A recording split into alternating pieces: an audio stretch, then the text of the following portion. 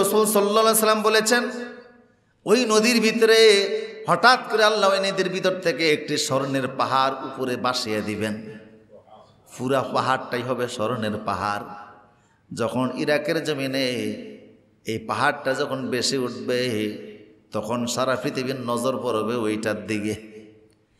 পৃথিবীর মানুষেরা ওই স্বর্ণগুলি নেওয়ার জন্য রীতিমতো যুদ্ধ লেগে যাবে। আল্লাহ রাসূল সাল্লাল্লাহু আলাইহি সাল্লাম বলেন, ইয়াকতাতিলুন নাসু আলাইহি ওয়া ইউকতালু মিন কুল্লি মিয়াতি তিসআওয়াতি সুনা। ওই স্বর্ণের পাহাড় জবরদখল করার জন্য যারা তৎকালীন সময়ে যুদ্ধ লিপ্ত হয়ে যাবে, তাদের শতকরা 100 জনের ভিতরে 99 জনই মারা যাবে। ওয়ায়াকুলু কুল্লু রাজুলিন মিনহুম লাআল্লি আকুনু আনাল্লাযী আনজাব। অনেক দেশ বলবে, আমাদের বিশাল বড় শক্তি আছে, সামর্থ্য আছে, অস্ত্র আছে, আমরা এখান থেকে স্বর্ণের পাহাড়টা নিয়ে সরে পড়ব, কেটে পড়ব, আমাদের কোনো সমস্যা হবে না। কিন্তু রাসূল বলেন, কেউ কেটে পড়তে পারবে না। এই ফিতনার ভিতরে যারাই পড়ে যাবে, 100 জনের ভিতরে 99 জন জায়গায় শেষ হয়ে যাবে। কুল লা ইয়ালামু মান ফিস সামাওয়াতি ওয়াল আরদিল গায়বা ইল্লাল্লাহ। আল্লাহ বলছেন, হে নবী, আপনি বলে দিন, আসমান এবং জমিনে যত গায়েবের সংবাদ আছে সব আমি আল্লাহর কাছে আছে। এটা আল্লাহ ছাড়া আর কেউ। ইন্নাল্লাহা ইনদাহু ইলমুস সাআহ ওয়া ইউনাজ্জিলুল গায়সা ওয়া ইয়ালামু মা ফিল আরহাম ওয়া মা তাদরি নাফসুম মাযা তাকসিবু গাদা ওয়া মা তাদরি নাফসুম বিআইয়ি আরদিন তামুত ইন্নাল্লাহা আলিমুন খাবীর। নবী হে, আপনি বলে দিন, আল্লাহর কাছে আছে কিয়ামতের জ্ঞান। বৃষ্টি কখন হবে এটা আমি আল্লাহর কাছে আছে। মায়ের পেটের মধ্যে কি আছে সেটা আমি আল্লাহর কাছে আছে। আগামীকাল তুমি কি উপার্জন করবে, আগামীকালে তোমার পরিস্থিতিটা কেমন হবে এটা তুমি জানো না, একমাত্র কে জানেন? আর তুমি কোথায় মরে যাবা সেটাও তুমি জানো না, সেটাও আমি আল্লাহ জানি। গায়েবের জ্ঞান একমাত্র আমি আল্লাহর কাছে আছে।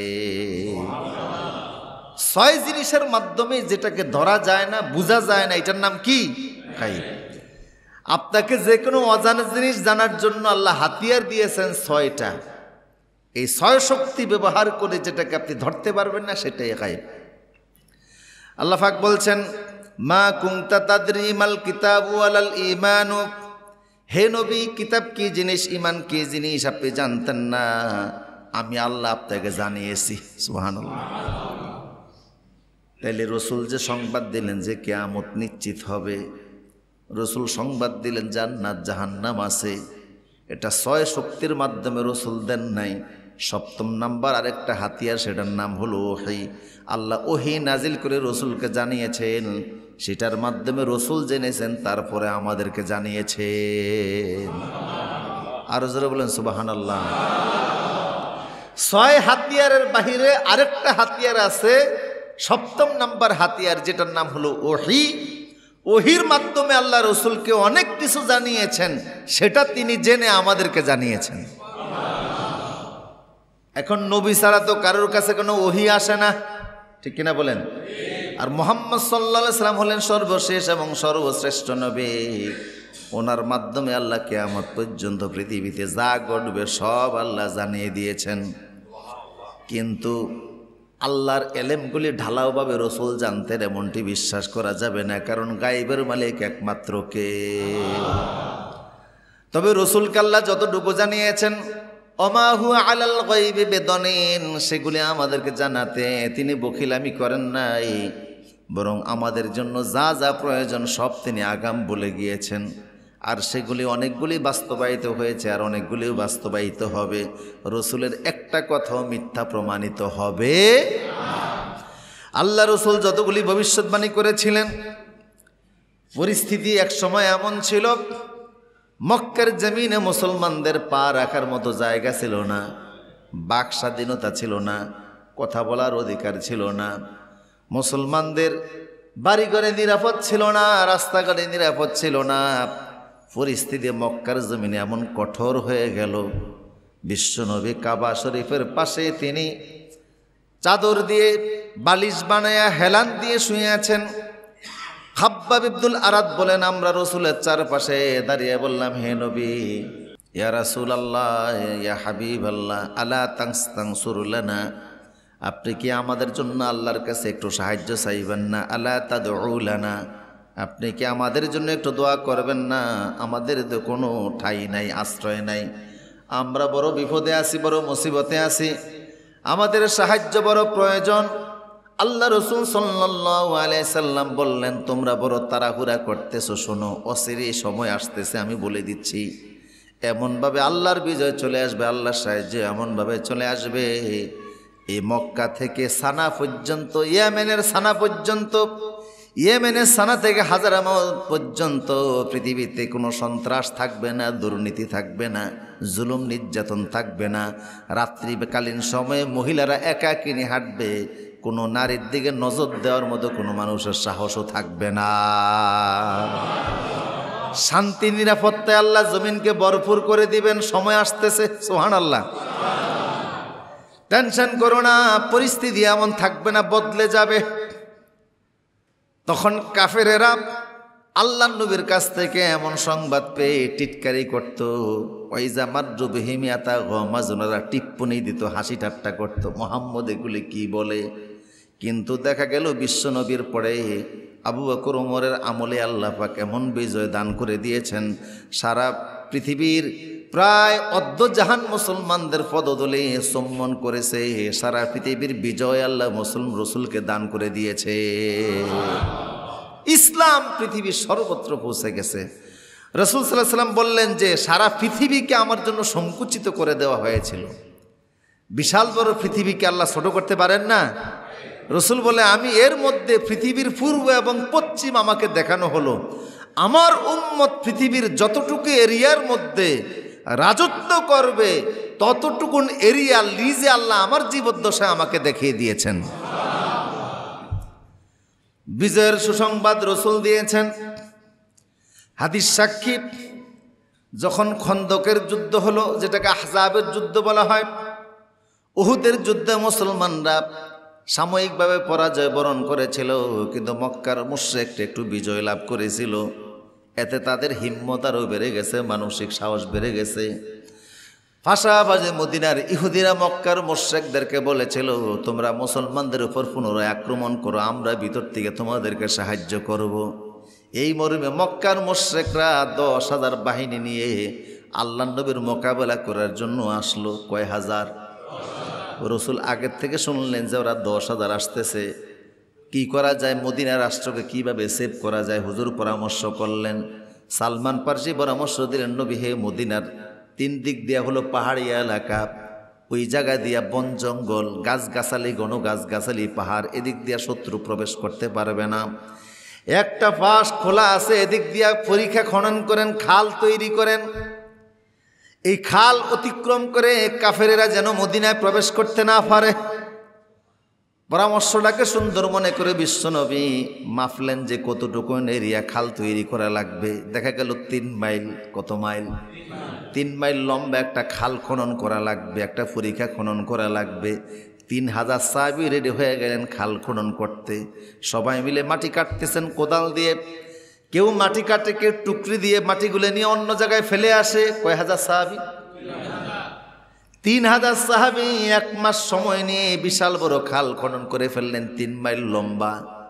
সামনে যখন কাটতে কাটতে, মাটি কাটতে কাটতে, পাথর সরাতে সরাতে যখন সামনে গেলেন, বিশাল বড় পাথরও পড়ে গেল। সাহাবায়ে কেরাম এই পাথরটা সরানোর জন্য, ভাঙ্গার জন্য অনেক চেষ্টা করলেন, পারলেন না। রসুলকে জানানো হলো, হে নবী, বড় একটা পাথর সামনে পড়ে গেছে, আমরা সরাতে পারতেছি না। আল্লাহ রসুল বললেন, আমাকে একটা কোদাল দাও। রসুল্লাহ নিজ হাতে একটা কুড়াল নিয়ে গেলেন, তিনি ওই পাথরটার উপরে আঘাত করলেন। রসুল যখনই আল্লাহু আকবার বলে আঘাত করলেন, পাথরের 3 ভাগের 1 ভাগ ভেঙে টুকরা টুকরা হয়ে যায়। তাৎক্ষণিক পাথর থেকে একটা আগুনের ফুলকি উপরের দিকে উঠে যায়। হুজুর বললেন, সাহাবীরা তোমরা কি দেখেছো? সাহাবীরা বললেন যে আমরা একটা আগুনের স্ফুলিঙ্গ দেখেছিলাম। হুজুর বললেন, তোমাদের কাছে একটা আগুনের স্ফুলিঙ্গ, কিন্তু আমি এটার মাধ্যমে নজর করে দেখলাম আল্লাহ সুবহানাহু ওয়া তাআলা অচিরে আমার সাহাবীদেরকে পারস্যের বিজয় দান করে দিবে। ফারসের প্রাসাদগুলি আল্লাহ আমাকে অগ্নিস্ফুলিঙ্গের মাধ্যমে এখানে দেখিয়েছেন। আমি এখানে পাথরের ভিতরে আঘাত করার সঙ্গে সঙ্গে পাথরের সাথে আমার কুড়ালের ঘর্ষণে যে আগুনের সৃষ্টি হলো, ওই আগুনের মধ্য দিয়ে আমি দেখলাম যে ফারসের রাজপ্রাসাদগুলি দেখা যাচ্ছে। আমার সাহাবায়ে কেরাম সেখানে প্রবেশ করে এটাকে বিজয়ের আওতার ভিতরে নিয়ে এসেছে। আবার বিশ্বনবী হাতে নিলেন কুড়ালটাকে, দ্বিতীয় আঘাত করলেন। এবারের আঘাতেও পাথরের একটা অংশ ভেঙে গেল, আর একটা আগুনের স্ফুলিঙ্গ বের হলো। ওই আগুনের স্ফুলিঙ্গের মাধ্যমে রাসূল বললেন, সাহাবীরা এবারও আমি দেখলাম। এর মাধ্যমে আল্লাহ আমাকে দেখালেন ইয়েমেনের রাজপ্রাসাদগুলি আমি দেখতেছিলাম, অচিরে আল্লাহ ইয়েমেন দেশকে আমার সাহাবীদের মাধ্যমে বিজয় দান করে দিবে। তৃতীয় বিশ্বনবী আরেকটা আঘাত করলেন। এই আঘাতে পুরা পাথরটা চূর্ণ বিচূর্ণ হয়ে গেল। আগুনের একটা স্ফুলিঙ্গ উপরের দিকে উঠতে লাগলো। রাসূল বললেন, সাহাবীরা রে, আমি এবারে দেখতে পাইলাম শাম দেশ আল্লাহ আমার মুসলমানদেরকে বিজয় দান করে দিবে। তৎকালীন আমলে শাম বলতে কয়েকটা দেশকে বোঝানো হতো, সিরিয়া, ইয়েমেন, জর্দান, ফিলিস্তিন। এই চারটা দেশকে আল্লাহ বিজয় দান করে দিবেন। বিশ্বনবী বললেন। এই কথা শোনার পরে মক্কার মুশরিকরা আর সেই সময়ের ইহুদিরা টিপ্পনি কাটতে শুরু করে দিল। যারা মদিনা নামক ছোট্ট একটা দেশকে হেফাজতের জন্য পরীক্ষা খনন করতেছে, 3 মাইল লম্বা খাল বানানো, যেটা 15 ফিট গভীর, 30 ফিট চওড়া, 3 মাইল লম্বা বিশাল বড় খাল বানিয়ে খাল খনন করে পরীক্ষা খনন করে নিজেদেরকে সেভ করার চেষ্টা করতেছে। তারা সেই সময়ের পরাশক্তি ফারস্য বিজয় করবে, সিরিয়া বিজয় করবে, ইয়েমেন বিজয় করবে, জর্দান বিজয় করবে, ইরাক বিজয় করবে, বিভিন্ন দেশ বিজয় করে সারা দুনিয়াতে তারা কালেমার পতাকা উড়াবে। এটা হাস্য রস ছাড়া আর কিছুই নয়। কিন্তু অল্প কিছুদিনের মাথায় আল্লাহ প্রমাণ দেখিয়ে দিলেন, রাসূল যা যা বলেছেন সব সত্যে পরিণত হয়েছে। রাসূলের প্রত্যেকটা ভবিষ্যৎবাণী মহাসত্যে পরিণত হয়েছে। সুবহানাল্লাহ বলবেন না?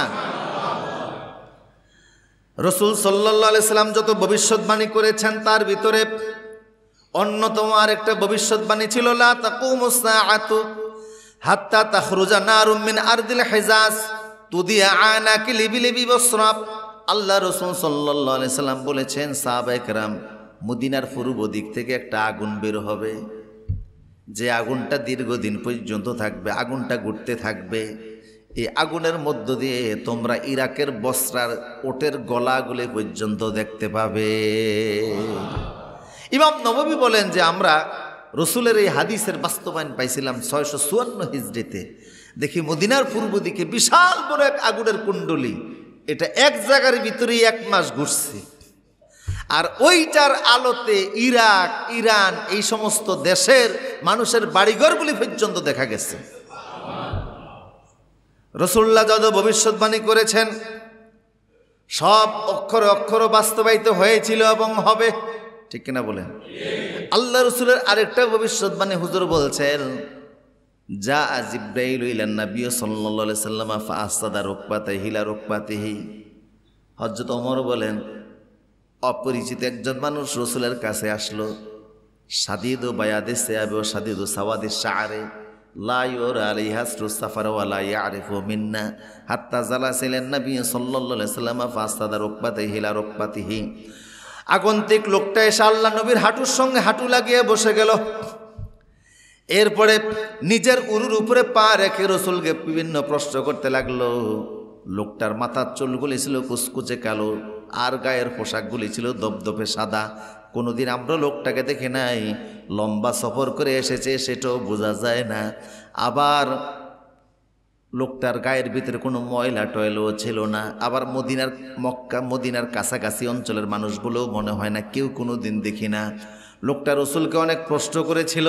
পরবর্তীতে আমরা বুঝতে রাসূলের জবান থেকে জেনেছি লোকটা জিবরাইল।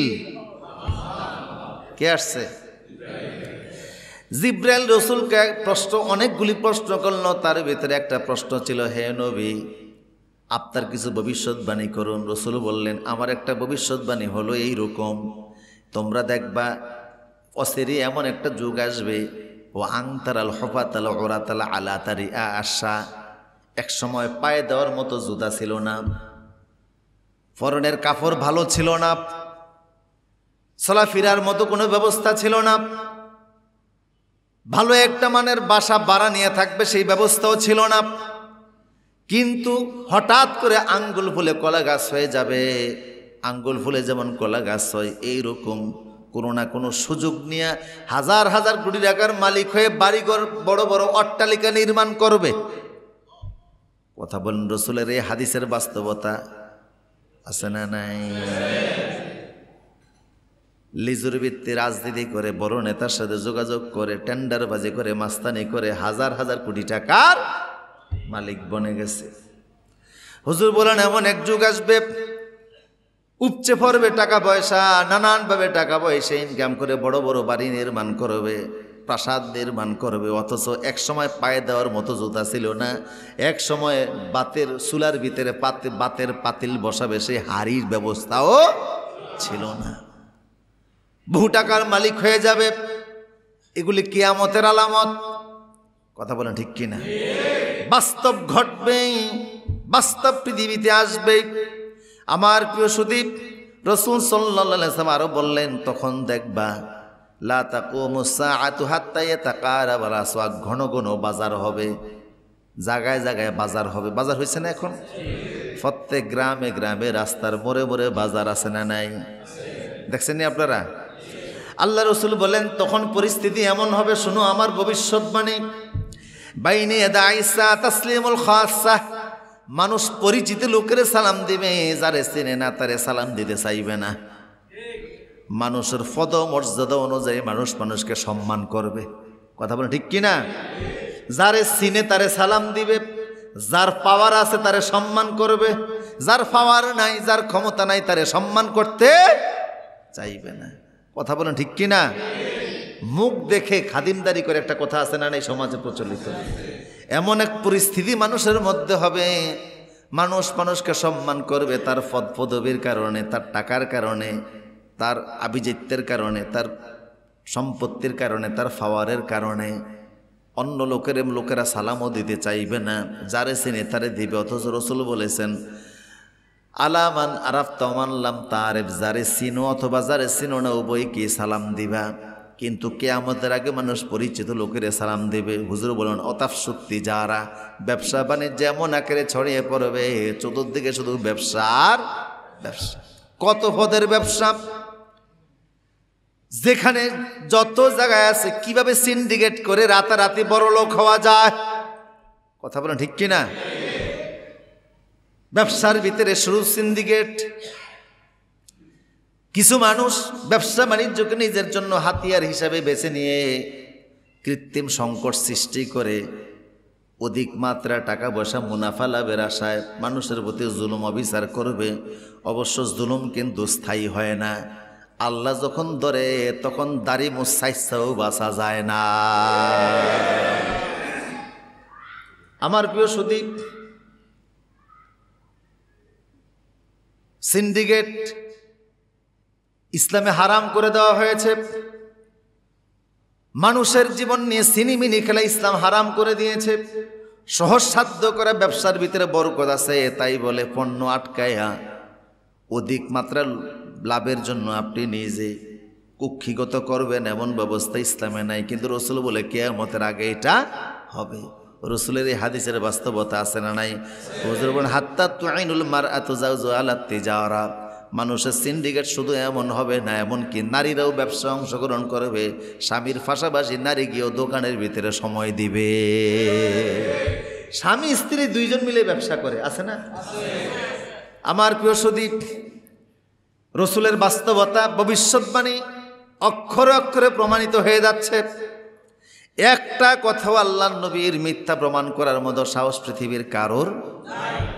আরেকটা ভবিষ্যৎবাণী রসুল বলেছেন, কিয়ামতের আগে মানুষেরা বয়স লুকানোর জন্য চেষ্টা করবে। আমাদের সাথে যেগুলি মিলে যাচ্ছে এরকম দুই চারটে বলতেছি। মানুষ বয়স লুকানোর জন্য চেষ্টা করবে। কি দিয়া লুকাবে? হুজুর বলেন মানুষেরা পুরুষেরা তাদের চুলের ভিতরে কালো রং ব্যবহার করবে, দাড়ির ভিতরে কালো রং ব্যবহার করবে, মোজার ভিতরে কালো রং ব্যবহার করে, বয়স লুকায় হয়েছে, সে এখনো জোয়ান মানুষ, মাসুম বাচ্চা, বেশি দিন হয় না, হে জন্ম নিছে আর কি, একেবারে সদ্য জন্ম না, মনে হচ্ছে নিষ্পাপ, কোনো পাপ নাই। বয়স লুকানোর জন্য চেষ্টা করবে, যুবক সাজার জন্য চেষ্টা করবে। হুজুর বলছিলেন ইন্নাল ইয়াহুদা ওয়ান নাসারা লা ইয়াসবিকুনা ফাখালিফুহুম, ইহুদি এবং খ্রিস্টানরা তারা তাদের দাড়ির ভিতরে চুলের ভিতরে খেজাব লাগায় না, তোমরা লাগাও। ইহুদি খ্রিস্টানরা লাগায় না, তোমরা লাগাও। সাহাবা একরাম বলল, হে নবী আমরা কি দ্বারা লাগাবো? রাসূল বললেন ইস্তানিবুস সাওয়াদ, তোমরা কালো রং থেকে বেঁচে থাকো, এছাড়া পৃথিবীর যে কোনো রং লাগাইতে পারো। শুধু মেহেদি লাগাইতে হবে এমনটি নেই, যে কোনো রং তোমার মন চাই তুমি লাগাও, কিন্তু কি লাগানো যাবে না? কালো নিষেধ করে দেওয়া হলো। ইয়াকুনু কওমুন ইয়াখবিদুনা ফি আখিরি জামান বিসসাওয়াদ কাহাসিলিল হামামে লা ইউরিহুনা রিয়াহাল জান্নাহ। আল্লাহ রসুল বলেছেন কিয়ামতের আগে মানুষের সংখ্যা এতটা বেড়ে যাবে, লোকেরা বয়স লুকানোর উদ্দেশ্যে চুলদারিতে কালো খেজাব ব্যবহার করবে, কালো রং ব্যবহার করবে। এই সমস্ত লোকেরা যতই নামাজ পড়ুক না কেন, আল্লাহর জান্নাতের ঘ্রাণও তারা পাবে না। এখন এমন মুসলমান আমাদের সমাজে আছে না নাই? কি ব্যবহার করে? কালো খেজাব ব্যবহার করে। আমার প্রিয় সুদীপ, রসুলের যতগুলি ভবিষ্যৎবাণী করেছেন বাস্তব হয়েছে, আবার এমনও কিছু ভবিষ্যৎবাণী আছে যেগুলি এখনও বাস্তব হয় নাই, কিন্তু ভবিষ্যতে হবে। এখনও হয় নাই, ভবিষ্যতে হবে। এমন একটা হাদিস শুনুন, আল্লাহ রসুল সাল্লাল্লাহু আলাইহি সাল্লাম বলেছেন লা তাকুমু সাআতু হাত্তা ইউহসিরাল ফিরাতু আন জাবালিন মিন যাহাবিন। ইরাকের একটা প্রসিদ্ধ নদী আছে, এটার নাম হলো ফোরাত নদী। নাম শুনছেন না আপনারা? কি নদী? হুজুর সাল্লাল্লাহু, এই নদীটার বিশাল শাখা প্রশাখা, এটা অনেক দূর, এটা ইরাকের বাহিরেও আছে। আমার প্রিয় সুদী, রাসূল সাল্লাল্লাহু আলাইহি সাল্লাম বলেছেন ওই নদীর ভিতরে হঠাৎ করে আল্লাহ ওই নদীর ভিতর থেকে একটি স্বর্ণের পাহাড় উপরে বাসিয়ে দিবেন। পুরা পাহাড়টাই হবে স্বর্ণের পাহাড়। যখন ইরাকের জমিনে এই পাহাড়টা যখন বেশি উঠবে, তখন সারা পৃথিবীর নজর পড়বে ওইটার দিকে। পৃথিবীর মানুষেরা ওই স্বর্ণগুলি নেওয়ার জন্য রীতিমতো যুদ্ধ লেগে যাবে। আল্লাহ রাসূল সাল্লাল্লাহু আলাইহি সাল্লাম বলেন ইয়াকতাতিলুন নাসু আলাইহি ওয়া ইউকতালু মিন কুল্লি মিয়াতি তিসআওয়াতি সুনা। ওই স্বর্ণের পাহাড় জবরদখল করার জন্য যারা তৎকালীন সময়ে যুদ্ধ লিপ্ত হয়ে যাবে, তাদের শতকরা 100 জনের ভিতরে 99 জনই মারা যাবে। কতজন? 100 জন সৈন্যের ভিতরে 99 জন মারা যাবে। ওয়ায়াকুলু কুল্লু রাজুলিন মিনহুম লাআল্লি আকুনা আনাল্লাযী আনজাব। অনেক দেশ বলবে আমাদের বিশাল বড় শক্তি আছে, সামর্থ্য আছে, অস্ত্র আছে, আমরা এখান থেকে স্বর্ণের পাহাড়টা নিয়ে সরে পড়ব, কেটে পড়ব, আমাদের কোনো সমস্যা হবে না। কিন্তু রসুল বলেন কেউ কেটে পড়তে পারবে না। এই ফেতনার ভিতরে যারাই পড়ে যাবে, 100 জনের ভিতরে 99 জন জায়গায় শেষ হয়ে যাবে, কেউ পারবে না নিতে। আমার প্রিয় সুদীপ, হুজুর সাল্লাল্লাহু আলাইহি সাল্লাম বলেছেন ইমাম মাহদী যে অঞ্চল থেকে আত্মপ্রকাশ করবেন, সেই অঞ্চলে 3 জন খলিফার দ্বন্দ্ব হবে, সেটাও কিন্তু সামনে আছে। এই সমস্ত আলামতগুলি আগে পড়ো, আমরা বলেছি। এই জন্য সেই ব্যাপারে বিস্তারিত আলোচনার প্রয়োজন বোধ মনে করি না। তবে ইরাকের এই স্মরণের পার অবশ্যই বেশি উঠবে, আর এটা নেওয়ার জন্য রীতিমতো যুদ্ধ পৃথিবীতে লেগে যাবে, সেটা দেখার প্রতীক্ষায় আমরা আছি। আরেকটা হাদিস, রাসূল সাল্লাল্লাহু আলাইহি সাল্লাম বললেন কিয়ামতের আগে এমন একটা সময় আসবে যে সময়ে পশু পাখি মানুষের সাথে কথা বলবে। এটা আমরা এখনো দেখি না, কিন্তু সামনে হবে। কথা বুঝতেছেন কি না? সামনে শুধু পশু পাখি না, জড় পদার্থ মানুষের সাথে কথা বলবে। জড় পদার্থ মানুষের সাথে কথা বলবে, শরীরের অঙ্গ প্রত্যঙ্গ কথা বলবে। এটা শুধু কিয়ামতের মাঠ না, পৃথিবীতেও বলবে। হাদিসটা এইভাবে আসছে, ইমাম আহমদ ইবনে হাম্বল, যিনি হাদিসের জগতের একজন বড় রাবি ছিলেন, 12 লক্ষ হাদিস ওনার সিনার ভিতরে ছিল। আবু সাইদ খুদরি রাদিয়াল্লাহু তাআলা আনহু থেকে তিনি হাদিসের বর্ণনা করেছেন। তিনি বলেছেন যে মদিনায় রাসূল সাল্লাল্লাহু আলাইহি সাল্লাম যখন মদিনা রাষ্ট্রের পরিচালক, তখন মদিনার পার্শ্ববর্তী এলাকায় এক রাখাল, সে নিজে ছাগল চড়াচ্ছে, বকরি চড়াচ্ছে। রাখাল, ওখানে বিশাল বড় ছাগলের পাল তার সামনে। তো হঠাৎ করে একটি বাঘ এসে, একটি নেকড়ে বাঘ এসে একটি বকরি ছাগলকে মুখে করে নিয়ে দৌড় দিছে। রাখালও তার দায়িত্বের জায়গা থেকে, অনুভূতির জায়গা থেকে দৌড়ে গিয়ে বাঘের মুখ থেকে ছাগলের এই বাচ্চাটাকে সে ছিনিয়ে নিয়ে আসছে। বাঘ আর এর সাথে লড়াই করে নেই। বাঘ গিয়ে একটা টিলার উপরে বসে কে বলতেছে যে তুমি আল্লাহকে ভয় করো না? আল্লাহ আমাকে একটা রিজিক দিলেন আর তুমি আমার মুখ থেকে রিজিকটা কেড়ে নিয়েছো। আমার রিজিকটা ছিনিয়ে নেওয়ার অধিকার তো তোমার নাই। রাখাল অবাক হয়ে গেল, বাঘও কথা বলে। বাঘ কথা বলতেছে।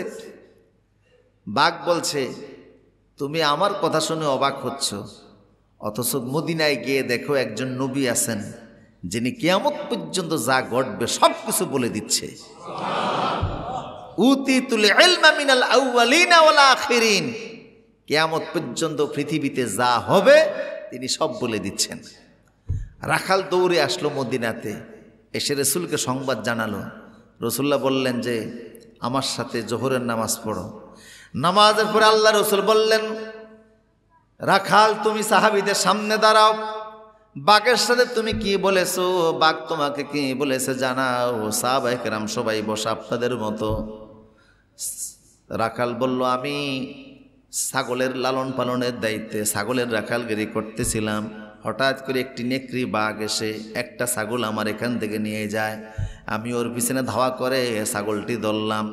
এরপরে আমি নিজে যখন ছাগলটিকে পালের ভিতরে এনে ছেড়ে দিলাম, তখন বাঘটা একটা টিলার উপরে বসে আমাকে বলল, তুমি আমার মুখ থেকে রিজিককে ছিনিয়ে নিয়েছো। আল্লাহ এখানে আমার রিজিকের ব্যবস্থা করেছিলেন, তুমি কাজটা ভালো করো না, আল্লাহকে ভয় করো। রাখাল বলল, আমি অবাক বিস্ময়ে বললাম, সুবহানাল্লাহ, কেমন কথা, বাঘও দেখি কথা বলে। বাঘটি যখন আমাকে বলল তুমি আমার কথা শুনে অবাক হয়েছ, মদিনাতে একজন নবীর আগমন ঘটেছে, যেই নবী কিয়ামত পর্যন্ত পৃথিবীতে যা ঘটবে সকল ভবিষ্যৎবাণী তিনি সাহাবীদেরকে বলে দিচ্ছেন। আল্লাহ রসুল বললেন, রাখাল সত্য কথা বলেছে। কিয়ামতের পূর্বে শুধু হিংস্র জন্তু জানোয়ার মানুষের সাথে কথা বলবে না, স্বামী স্ত্রীর অগোচরে অন্য নারী নিয়ে কোথায় কি ধরনের আচরণ করেছে, ঘরে আসলে পরে স্বামীর অঙ্গ প্রত্যঙ্গ স্ত্রীর সামনে সেই সত্য প্রকাশ করে দিবে। আল্লাহু আকবার বলেন।